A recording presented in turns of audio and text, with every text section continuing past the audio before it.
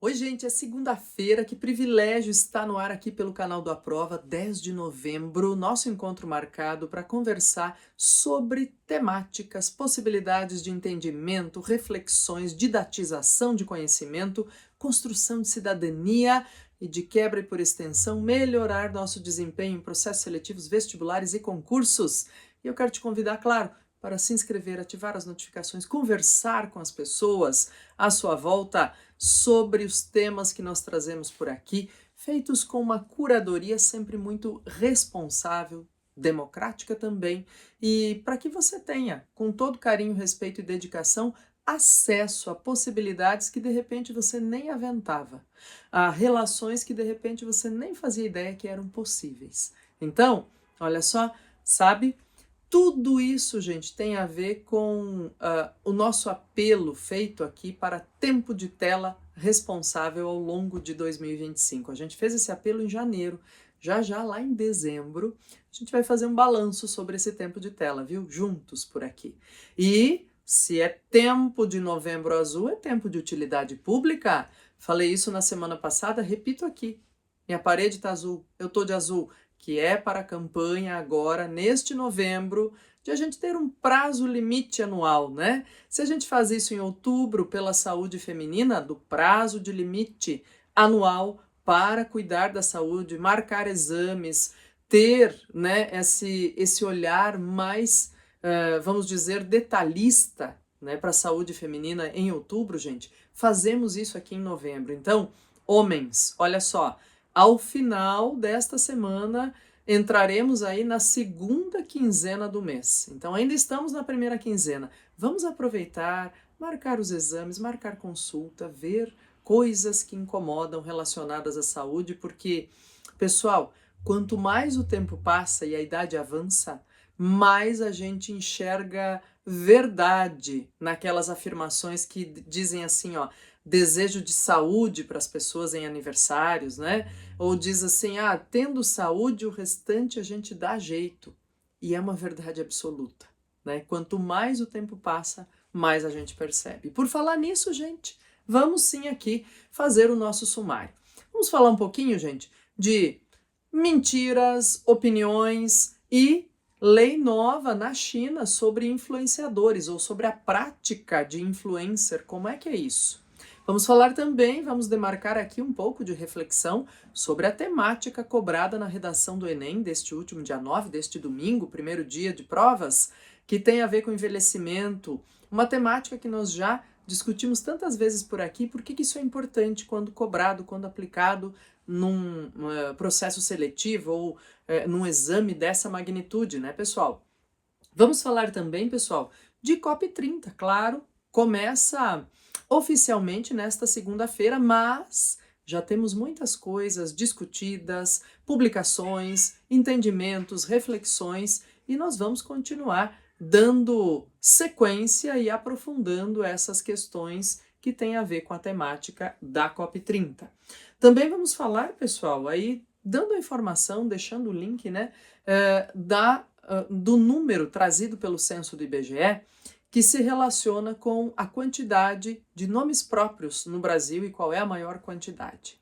Bem, e dito isso, gente, também utilidade pública. Olha, falei de COP30 e nós vamos já fazer esse recorte pensando nas cidades que foram assoladas pela passagem do que se caracterizou como ventos muito fortes, tempestade muito forte, como ciclone extratropical aqui no sul do Brasil, mais uma vez. E, como eu sempre digo por aqui, mandar o que temos de melhor, né? Quem puder ajudar com a distância, né, gente, com Pix, com envio de coleta de alimentos não perecíveis, doação de roupas, do que for solicitado, demandado e puder enviar, a gente sempre está fazendo o bem da melhor maneira possível.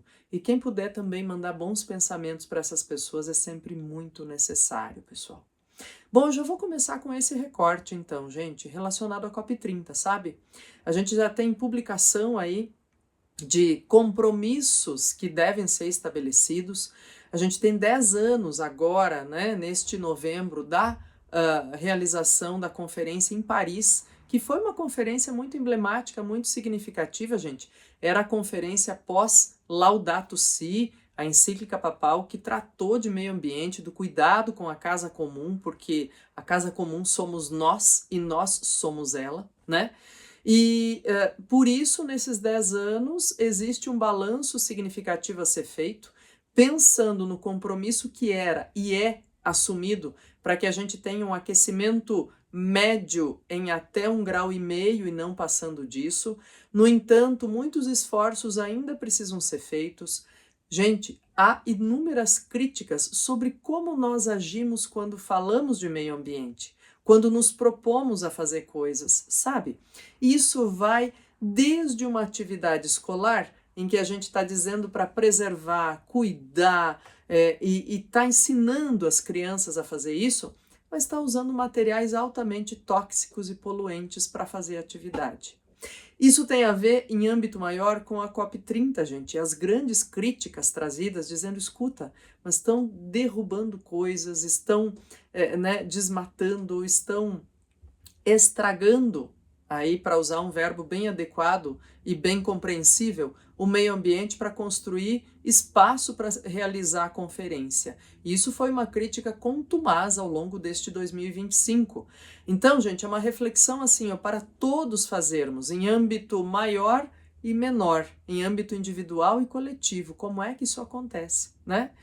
E por falar nisso, pessoal, eu destaquei aqui 2 pontos essenciais relacionados à COP30, porque tem a ver também com essa situação calamitosa, caótica, triste, de tragédia nessas cidades aqui no Paraná, principalmente, que sofreram as consequências, estão sofrendo as consequências desse, o que tem sido chamado de tornado, de ciclone extratropical, tudo isso tem referência agora e relevância, né, para ser exemplificado nessa conferência também.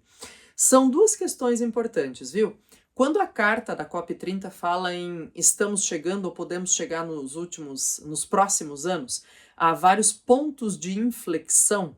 Vamos levar em consideração, gente, o significado da palavra inflexão.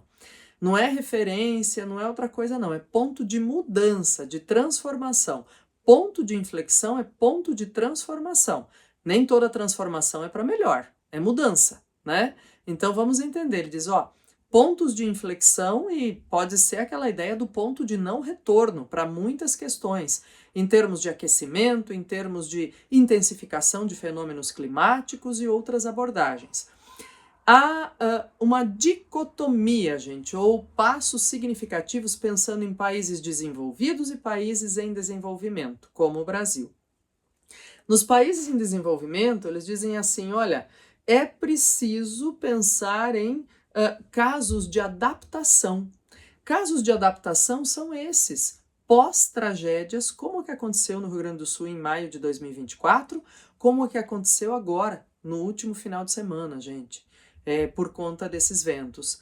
Diz assim, escuta, Cleusa, e como é que é isso? Diz, esses países em desenvolvimento vão sistematizar, vão trabalhar muito com essa ideia de pontos de adaptação, porque esses fenômenos são mais significativos, consistentes e causam mais estragos para essas populações. Diz, já os países desenvolvidos vão tentar trabalhar sempre com um discurso e uma ação de pontos de mitigação. Por quê? Porque diz, quando a gente fala em mitigar, em atenuar, em diminuir, é porque a gente está falando de coisas que acontecem com muito mais ênfase em outros territórios, não nos deles. Então, ponto de adaptação e ponto de mitigação, gente, são 2 discursos ou 2 definições que é importante que a gente tenha em mente como repertório sobre isso.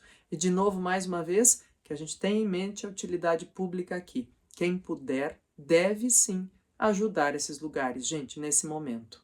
Bem, dito isso, pessoal, sobre COP30, quero falar, já que a gente trabalha com a ideia, né, de formação de opinião, de resolução e projetos de entendimento para questões temáticas contemporâneas, eu vou aproveitar para associar 2 coisas importantes aqui, 2 publicações dos últimos dias. Uma é uma coluna ótima, que eu sempre recomendo quando posso por aqui, do cirurgião torácico JJ Camargo. Ele publica na Zero Hora, eu estou deixando o link aí para você da última publicação, e ele traz para nós uma reflexão sobre mentira travestida de formação de opinião. Por quê? Ele diz, olha, a mentira é algo que nos acompanha desde que nós nascemos. Ele diz assim, ó, o bebê já entende que se ele fizer aquele chorinho de manhã, vem mamadeira, né? Vem comida. Daqui a pouco ele diz, a gente vai entendendo que alguns exageros, alguns dramas nos rendem benefícios imediatos. Diz, mas quando a gente lida com questões que têm a ver com benefício ou prejuízo da coletividade, a gente tem que ser cuidadoso. E é por isso que ele diz, olha, quando a gente enxerga, por exemplo, alguém se valendo de uma descontextualização de uma notícia, ou de alguém capturando só o que lhe convém dentro de um fato, para tornar isso uma opinião contundente, ou para se valer disso na sua construção dentro de uma rede social, ele diz, olha, isso é altamente danoso e tem raiz justamente nesse nosso não amadurecimento em relação à mentira.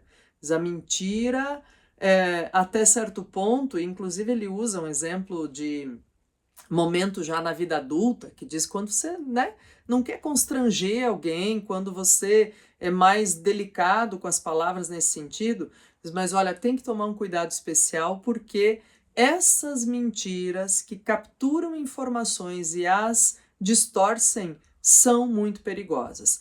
Dito isso, gente, quero relacionar essa coluna do JJ Camargo com essa nova lei publicada na semana passada na China, dizendo que influenciadores que vão falar de finanças, direito, educação e medicina agora têm que ter diploma. E nada de ostentação. Diz, puxa vida, né? Nem de se valer sem ostentar e fazer fofoca. Tem uma passagem da lei que, pelo que foi traduzido, trata disso. Isso, olha que importante, pessoal. Aí, claro, diz, você pode fazer todas as críticas ao sistema de governo da China, a uma série de outras coisas. A minha questão é, se um país com essa relevância mundial, gente, traz isso, implanta isso como uma legislação, essas coisas começam a reverberar em outros países em escala global, né?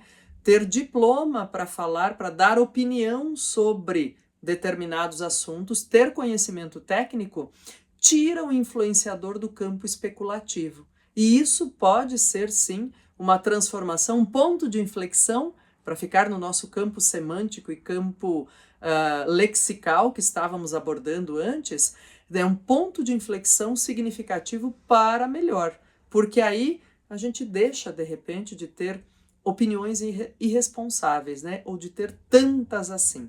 Então, cuidado especial. Pensando junto com você a respeito aqui, viu?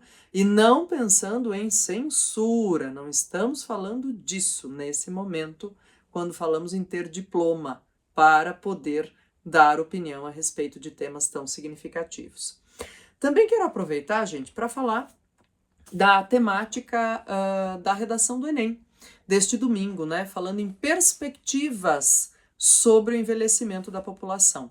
Gente, a palavra perspectiva tem a ver com pontos de vista, com possibilidades, com propriedades, com percepções a respeito do envelhecimento, né? Há algum tempo, as propostas vinham todas como caminhos, né? Ou medidas para. Então, já havia um direcionamento aí para problematização. No entanto, quando se fala em perspectivas, é preciso entender que os textos de apoio também trazem perspectivas ou pontos de vista que colocam o envelhecimento como um problema social, né? Ou não saber lidar com o envelhecimento da população como um problema social. E aí a gente tem questões como o não aproveitamento de janela demográfica, outras questões como idosos que são longevos, sim, justamente, e que têm uma qualidade de vida, ou como garantir a qualidade de vida dessas pessoas, né?